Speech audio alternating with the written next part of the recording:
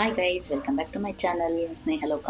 Hope you all good. ಇವತ್ತು ನನ್ನ morning ದಿನಚರಿ ರಂಗೋಲಿ ಹಾಕೋದ್ರಿಂದ ಸ್ಟಾರ್ಟ್ ಆಯಿತು. ಈ ನಡುವೆ ನನಗೆ ರಂಗೋಲಿ ಹಾಕೋಕ್ಕೆ ಭಾಳ ಇಷ್ಟ ಆಗ್ತಾಯಿದೆ. ಮೇನ್ ಏನಂದರೆ ಇಲ್ಲಿ ನಮ್ಮದು ರೋಡು ಚೆನ್ನಾಗಿದೆ, ತಗ್ಗು ದಿಬ್ಬ ಗುಂಡಿ ಈ ಥರ ಎಲ್ಲ ಇಲ್ಲ ಅಲ್ವಾ. ಹಂಗಾಗಿ ನನಗೆ ಭಾಳ ಇಷ್ಟ ಆಗ್ತೈತೆ. ಯೂಶ್ವಲಿ ಆಂಟಿ ಹಾಕೋರು, ಬಟ್ ನನಗೆ ಈ ನಡುವೆ ಆಂಟಿ ಊರಿಗೆ ಹೋಗಿ ಬಂದಾಗಿಂದನೂ ನಾನೇ ಸ್ವಲ್ಪ ಪ್ರಾಕ್ಟೀಸ್ ಮಾಡ್ತಿದ್ದೀನಿ. ಸ್ವಲ್ಪ ಲೇಟಾಗಿ ಎದ್ದಂಟಿದ್ದೆ. ಈಗ ಸ್ವಲ್ಪ ಎದ್ದ ತಕ್ಷಣ ರಂಗೋಲಿ ಹಾಕಬೇಕು, ಇವತ್ತು ಈ ರಂಗೋಲಿ ಹಾಕೋಣ ನನ್ನ ತಲೆನಲ್ಲೇ ಬಂದುಬಿಟ್ಟಿದೆ. ಹಾಗಾಗಿ ಆಂಟಿ ಬದಲು ನಾನೇ ಹಾಕ್ತಾಯಿದ್ದೀನಿ ರಂಗೋಲಿ. ನನಗೆ ನಾನು ಹಾಕಿದ ರಂಗೋಲಿ ಇನ್ನೊಂದು ಸರ್ತಿ ನೋಡಿದ್ರೆ ಅವು ನಾನೇ ಹಾಕಿದ್ದೀನ ಅಂತ ಅನಿಸುತ್ತೆ. ಏನೇ ಆಗಲಿ, ನನಗಂತೂ ತುಂಬ ಇಷ್ಟ ಆಗ್ತಾಯಿದೆ ರಂಗೋಲಿ ಹಾಕೋದು. ಹೆಂಗೆ ಬಂದಿದೆ ಅಂತ ನೋಡ್ತೀರಾ?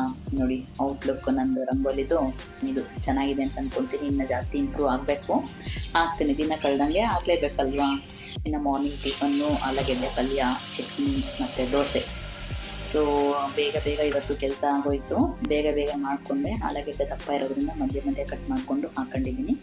ಇನ್ನು ಚಟ್ನಿ ಜೊತೆ ಸ್ವಲ್ಪ ಹೀರೆಕಾಯಿ ಚಟ್ನಿನೂ ಮಾಡ್ಕೊತಾ ಇದ್ದೀನಿ. ಯಾಕಂದರೆ ಹೀರೆಕಾಯಿ ತೊಗೊಬಂದಿದ್ರು, ಹೀರೆಕಾಯಿ ತಿರುಳು ಕಡಿಮೆ ಇತ್ತು ಇದರಲ್ಲಿ.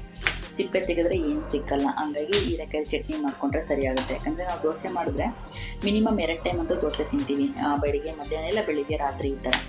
ಹಂಗಾಗಿ ಚಟ್ನಿ ಮಾಡಿಕೊಂಡ್ರೆ ಸ್ವಲ್ಪ ರೈಸ್ ಮಾಡಿಕೊಂಡ್ರೆ ಆಗಿಬಿಡುತ್ತೆ ಅಂದ್ಕೊಂಡು ಹೀರೆಕಾಯಿ ಚಟ್ನಿ ಮಾಡ್ತಿದ್ದೀನಿ. ಇದಂತೂ ಸಖತ್ತು ಸಿಂಪಲ್ ರೆಸಿಪಿ, ಮತ್ತು ಇದು ಬಹಳ ಚೆನ್ನಾಗಿರುತ್ತೆ.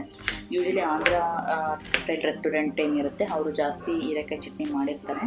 ನನಗೂ ಭಾಳ ಇಷ್ಟ, ಎಕ್ಸ್ಪೆಷಲಿ ನಂದಿ ಹೋಟ್ಲಲ್ಲಿ ಮಾಡೋರು. ಅಲ್ಲಿಂದ ಸ್ವಲ್ಪ ಅದರಲ್ಲೂ ಖಾರವಾಗಿದ್ದಂತೂ ಭಾಳ ಇಷ್ಟ. ನಮ್ಮ ಮನೇಲಿ ಖಾರ ಕಡಿಮೆ ಇರೋದ್ರಿಂದ ನಾನು ಖಾರ ಕಡಿಮೆ ತಿಂತಾಯಿದ್ದೀನಿ, ಏನು ಮಾಡೋದು ಅಂತ. ಬಟ್ ಖಾರವಾಗಿದ್ದಂತೂ ಹೀರೆಕಾಯಿ ಚಟ್ನಿ ಭಾಳ ರುಚಿಯಾಗಿರುತ್ತೆ. ಸ್ವಲ್ಪ ತುಪ್ಪ ಹಾಕೊಂಡು ತಿಂದರೆ. ಇದನ್ನು ಮಾಡೋ ರೆಸಿಪಿ ನಾನು ಆಲ್ರೆಡಿ ಒಂದು ಸರ್ತಿ ಯೂಟ್ಯೂಬಲ್ಲಿ ಹಾಕಿದ್ದೀನಿ, ಬಟ್ ನಂದು ಯಾರು ಕಂಪ್ಲೀಟ್ ಬ್ಲಾಗ್ ನೋಡಿರ್ತಾರೋ ಅವ್ರಿಗೆ ಗೊತ್ತಾಗಿರುತ್ತೆ. ಇದೊಂದು ದಪ್ಪಗೆ ಹೆಚ್ಕೊಂಡ್ಬಿಟ್ಟು ಫ್ರೈ ಮಾಡಿಕೊಂಡು ಈರುಳ್ಳಿ, ಟೊಮೊಟೊ ಹಣ್ಣು, ಸಾಸಿವೆ, ಜೀರಿಗೆ, ಬೆಳ್ಳುಳ್ಳಿ, ಹಸಿಮೆಣಸಿನಕಾಯಿ, ಕೊತ್ತಂಬರಿ ಸೊಪ್ಪು ಎಲ್ಲ ಚೆನ್ನಾಗಿ ಫ್ರೈ ಮಾಡಿಕೊಂಡು ತಣ್ಣದ ಮೇಲೆ ಮಿಕ್ಸಿ ಜಾರಲ್ಲಿ ಹಾಕ್ಕೊಂಡು ರುಬ್ಕೊಂಡ್ರೆ ಮುಗ್ದೇ ಹೋಯ್ತು. ರುಚಿಯಾದ ಹೀರೆಕಾಯಿ ಚಟ್ನಿ ರೆಡಿ ಅಂತ ಹೇಳ್ಬೋದು. ಇನ್ನು ನಾನು ಮಾಡ್ತಿರೋದು ಇವಾಗ ಆಲೂಗಡ್ಡೆ ಪಲ್ಯಕ್ಕೆ ಒಗ್ಗರಣೆ ಹಾಕ್ಕೊತಾ ಇದ್ದೀನಿ. ಯೂಶ್ವಲಿ ಆಲೂಗೆಡ್ಡೆ ಪಲ್ಯ ಇಲ್ದಿರೋ ದೋಸೆ ಕಂಪ್ಲೀಟೇ ಆಗಲ್ಲ ಅಂದ್ಕೊಳ್ತೀನಿ, ಇನ್ಕಂಪ್ಲೀಟ್. ನಮ್ಮ ಮನೆಗೆ ದೋಸೆಗೆ ಚಟ್ನಿ ಪಲ್ಯ 2 ಇದ್ದರೆ ಮಾತ್ರ ಭಾಳ ಚೆಂದ. ಅದರಲ್ಲೂ ನನ್ನ ತಂಗಿಗಂತೂ ಭಾಳ ಇಷ್ಟ. ಫೇವ್ರೆಟ್ ಫುಡ್ಡೇ ಅವಳಿಗೆ ಇದು ದೋಸೆ ಚಟ್ನಿ ಪಲ್ಯ. ಅವಳಿಗೆ ಯಾವಾಗಲೂ ನಾನು ಈ ಥರ ತಿಂಡಿ ಮಾಡಿದಾಗ ಅವಳು ನೆನೆಸ್ಕೊತೀನಿ. ಪಲ್ಯ ಮಾಡಿದಾಗ ಯೂಶ್ವಲಿ ನಾನು ಪಾಪು ಡೆಲಿವರಿ ಆದಾಗಿಂದ ಆಲೂಗಡ್ಡೆ ಸ್ವಲ್ಪ ಕಡಿಮೆ ತಿಂದೇ ಇರಲಿಲ್ಲ. ಒಂದು 6-7 ಮಂತ್ಸು ಮಾಡೇ ಇರಲಿಲ್ಲ. ನಾನು ತಿನ್ನಲ್ಲ ಅಂತಲೇ ಮಾಡಿರಲಿಲ್ಲ. ಸೊ ಇವಾಗಂತೂ ಆವಾಗ ಮಾಡ್ತಾನೆ ಇರ್ತೀವಿ.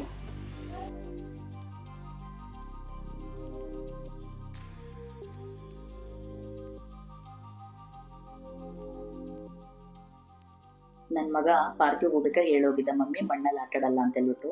ಅಲ್ಲಿ ಹೋಗ್ಬಿಟ್ಟು ಮಣ್ಣಲ್ಲೇ ಕುತ್ಕೊಂಡಿದ್ದ. ನೋಡಿ, ಅವ್ರಿಗೂ ಏನು ಇಷ್ಟನಪ್ಪ, ಮಣ್ಣು ಅಂದರೆ ಸಖತ್ ಇಷ್ಟ. ನಮ್ಮಪ್ಪ ಹೇಳ್ತಾ ಇದ್ರು ತಲೆನೇ ಕೆಡ್ಸ್ಕೊಳಂಗಿಲ್ಲ ಅವನು.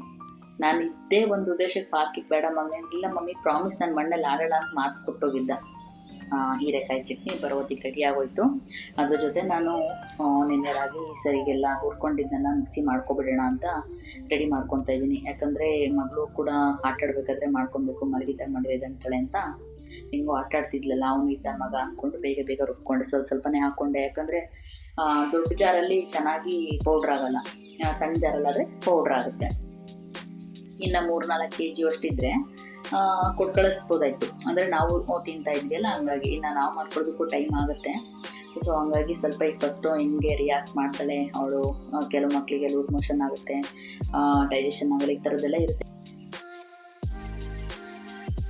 ಈ ರಾಗಿಗೆ ಇಷ್ಟು ಹಿಟ್ಟು ಬಂದಿದೆ, ಒಂದು ಅರ್ಧ ಮುಕ್ಕಾಲು kg. ಇದು ಆಲ್ಮೋಸ್ಟ್ ನನ್ನ ಮಗಳಿಗೆ 1 ತಿಂಗಳು ಕಂಪ್ಲೀಟ್ ಆಗುತ್ತೆ. 1.5 ತಿಂಗಳು ಆಗ್ಬೋದು. ಅಂದರೆ ಇದನ್ನು ದುಪ್ಪಟ್ಟ ಇಟ್ಕೊಂಡ್ಬಿಟ್ಟು ಜಲಿಸ್ಕೋಬೇಕು. ಅಂದರೆ ಯೂಶ್ವಲಿ ಜರಡಿನಲ್ಲಿ ಜಲಿಸಿದ್ರೆ ತರಿ ಎಲ್ಲ ಬಿಡುತ್ತಲ್ಲ. ಒಡ್ರಾಗಿ ಇಟ್ಟು ಏನು ಮಾಡ್ತೀವಿ, ಮಕ್ಕಳಿಗೆ ಒಂದು ಕಾಟನ್ ಬಟ್ಟೆಲೆ ಜಲಿಸ್ಕೋಬೇಕು. ಅದನ್ನು ತೋರಿಸ್ತೀನಿ ವಿಡಿಯೋನಲ್ಲಿ ಯಾವ ಥರ ಮಾಡಿಕೊಂಡೆ ಅಂತ ಹೇಳ್ಬಿಟ್ಟು. ಸೊ ನೀವೆಲ್ಲ ಯಾವ ಥರ ಮಾಡ್ತೀರಾ ಕಮೆಂಟ್ ಹಾಕೋದು ಮಾತ್ರ ಮರಿಬೇಡಿ. ಘಮ ಅಂತ ಇದೆ ಟೇಸ್ಟು. ಸ್ಮೆಲ್ಗೆ ಯಾವ ಥರ ಅಂತ ಸ್ವಲ್ಪ ಕಡಲೆ ಬೀಜ ಬರ್ಫಿ ಇಲ್ಲ ಸ್ಮೆಲ್ ಬರುತ್ತೆ ನೋಡಿ, ಆ ಥರ ಅನ್ನಿಸ್ತಾ ಇದೆ ಅಂತ.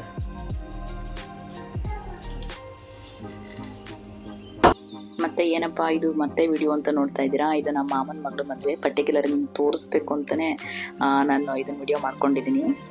ಸಿಕ್ಕಾಬಟ್ಟೆ ಎಂಜಾಯ್ ಮಾಡಿದ್ದಂಥ ಮದುವೆ ಇದು. ನನಗೆ ಸಖತ್ ಇಷ್ಟ.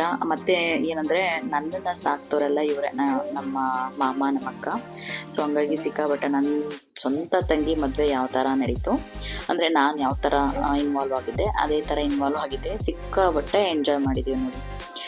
ನಾವಿಷ್ಟು ಜನ ಮೊಮ್ಮಕ್ಕಳು ಗೊತ್ತಾ, ನಮ್ಮ ಅಜ್ಜಿಗೆ ಸುಮಾರು ಒಂದು 70 ಜನ ಮೊಮ್ಮಕ್ಕಳು ಮರಿಮಕ್ಕಳು ಇರೋದು. ಎಲ್ಲ ಸೇರಿಕೊಂಡ್ರೆ ಒಂದು ದೊಡ್ಡ ಹಬ್ಬನೇ ಆಗೋಗುತ್ತೆ. ಅದರಲ್ಲೂ ನಾವು ಫಂಕ್ಷನ್ ಅಂದರೆ ನಾವು ಕಡಿಮೆ ಎಂಜಾಯ್ ಮಾಡಲ್ಲ. ಅಂದರೆ ನಮ್ಮ ಮೈಂಡ್ಸೆಟ್ ಎಲ್ಲ ಒಂದೇ ಥರ ಇದೆ ಎಲ್ರದ್ದು. ನಾವು ವಾಟೆವರ್ ನಮ್ಮ ಮನಸ್ಸಲ್ಲಿ ಏನು ಇರಲಿ ಬಿಡಲಿ, ನಾವೆಲ್ಲ ಒಂದು ಕಡೆ ಸೇರಿದಾಗ ಎಲ್ಲ ಮರೆತುಬಿಟ್ಟು ಖುಷಿಯಾಗಿ ಟೈಮ್ ಸ್ಪೆಂಡ್ ಮಾಡ್ತೀವಿ. ಅದೇ ಮೇಯ್ನು. ನೋಡಿ ನಾವಿಷ್ಟು ಜನ ಇದ್ದೀವಿ. ಇದರಲ್ಲಿ ಆಲ್ಮೋಸ್ಟ್ ಸುಮಾರು ಜನ ಹೋಗಿರೋರು ಉಂಟು. ಬಟ್ ಲಾಸ್ಟಲ್ಲಿ ಅವ್ರಿಗೂ ಯಾರಿದ್ವಿ ಅವರೆಲ್ಲ ನಾವೊಂದು ಫೋಟೋ ತೆಗೆಸ್ಕೊಂಡ್ವಿ. ಇಷ್ಟು ಜನ ಇದ್ದೀವಿ ನೋಡಿ. ಸುಮಾರು ಇಲ್ಲೇ ಒಂದು 60 ಜನ ಅಂತೂ ಇದ್ದೀವಿ. ಮಕ್ಕಳು ಮೊಮ್ಮಕ್ಕಳು ಮರಿಮಕ್ಕಳು ಸೇರಿ ಮೋರ್ ದೆನ್ 80 ಮೆಂಬರ್ಸ್ ಅಂತೂ ಗ್ಯಾರಂಟಿ ಇದ್ದೀವಿ. ಒಂದು ಸರ್ತಿ ಲೆಕ್ಕ ಹಾಕ್ದಾಗ ಒಂದು 5-6 ಇಯರ್ಸ್ ಬ್ಯಾಕೇ 72 ಜನ ಬಂದಿದ್ರು. ಇನ್ನು ಕರೆಕ್ಟಾಗಿ ನಾವು ಲೆಕ್ಕ ಹಾಕಿಲ್ಲ, ಯಾಕಂದರೆ ಅಷ್ಟು ಜನ ಇದ್ದೀವಿ ನಾವು. ಹಂಗಾಗಿ ಸೊ ಯಾರೆಲ್ಲ ಈ ಥರ ಕೂಡು ಕುಟುಂಬದಲ್ಲಿ ಇದೆಯಾ ಕಮೆಂಟ್ ಮಾಡಿ ತಿಳಿಸಿ. ಎಷ್ಟು ಚೆನ್ನಾಗಿರುತ್ತೆ ಆ ಎಕ್ಸ್ಪೀರಿಯೆನ್ಸ್, ಎಷ್ಟು ಚೆನ್ನಾಗಿರುತ್ತೆ. ಮೋಸ್ಟ್ಲಿ ಅದನ್ನು ಅನುಭವಿಸ್ದವ್ರಿಗೆ ಅಷ್ಟೇ ಗೊತ್ತು ಆ ಸಂಬಂಧಗಳಲ್ಲಲ್ವಾ. ಸೊ ಯಾವುದನ್ನು ಮನಸ್ಸಲ್ಲಿ ಇಟ್ಕೊಂಡಿದ್ದಾರೆ, ಎಲ್ಲ ಚೆನ್ನಾಗಿರಬೇಕು ಅಂತ ಬಯಸಿದರೆ ಎಲ್ಲ ಸಂಬಂಧಗಳು ಉಳ್ಕೊಳ್ತವೆ. ಇದನ್ನು ನಾವೆಲ್ಲರೂ ಫಾಲೋ ಮಾಡ್ತೀವಿ. ಸಾಧ್ಯವಾದಷ್ಟು ಸಂಬಂಧಗಳನ್ನ ಉಳಿಸ್ಕೊಳ್ಳೋಣ, ಓಕೆನಾ. ಯಾಕೆ ಫೋಟೋಗ್ರಾಫರು ವಿಡಿಯೋ ಬೇಕು, ಅದು ಬೇಕು ಇದು ಬೇಕು ಅಂತ ಡಿಮ್ಯಾಂಡ್ ಮಾಡ್ತೀವಿ ಅಂದರೆ, ನಾವು ಯಾವತ್ತೇ ವಿಡಿಯೋ ನೋಡಿದ್ರು ಕೂಡ ಎಲ್ಲ ಹೊಸ ಥರ ಕಾಣಿಸುತ್ತೆ. ಸೊ ಹಂಗಾಗಿ ತುಂಬ ಇಂಪಾರ್ಟೆಂಟ್ ಅಲ್ವಾ ವಿಡಿಯೋಸು. ಸೊ ನೆಕ್ಸ್ಟ್ ನನ್ನ ತಮ್ಮನ ಮದುವೆಗೆ ವೆಯ್ಟ್ ಮಾಡ್ತಾಯಿದ್ದೀವಿ ಎಲ್ಲ ಸೇರೋದಕ್ಕೆ. ಇನ್ನು ನಾನು, ನನ್ನ ಮಗ, ನನ್ನ ಮಗಳು 3 ಜನ ಸೇರಿಕೊಂಡು ರೀಲ್ಸ್ ಮಾಡೋಣ ಅಂತ ಮಾಡ್ತಾಯಿದ್ದೀವಿ.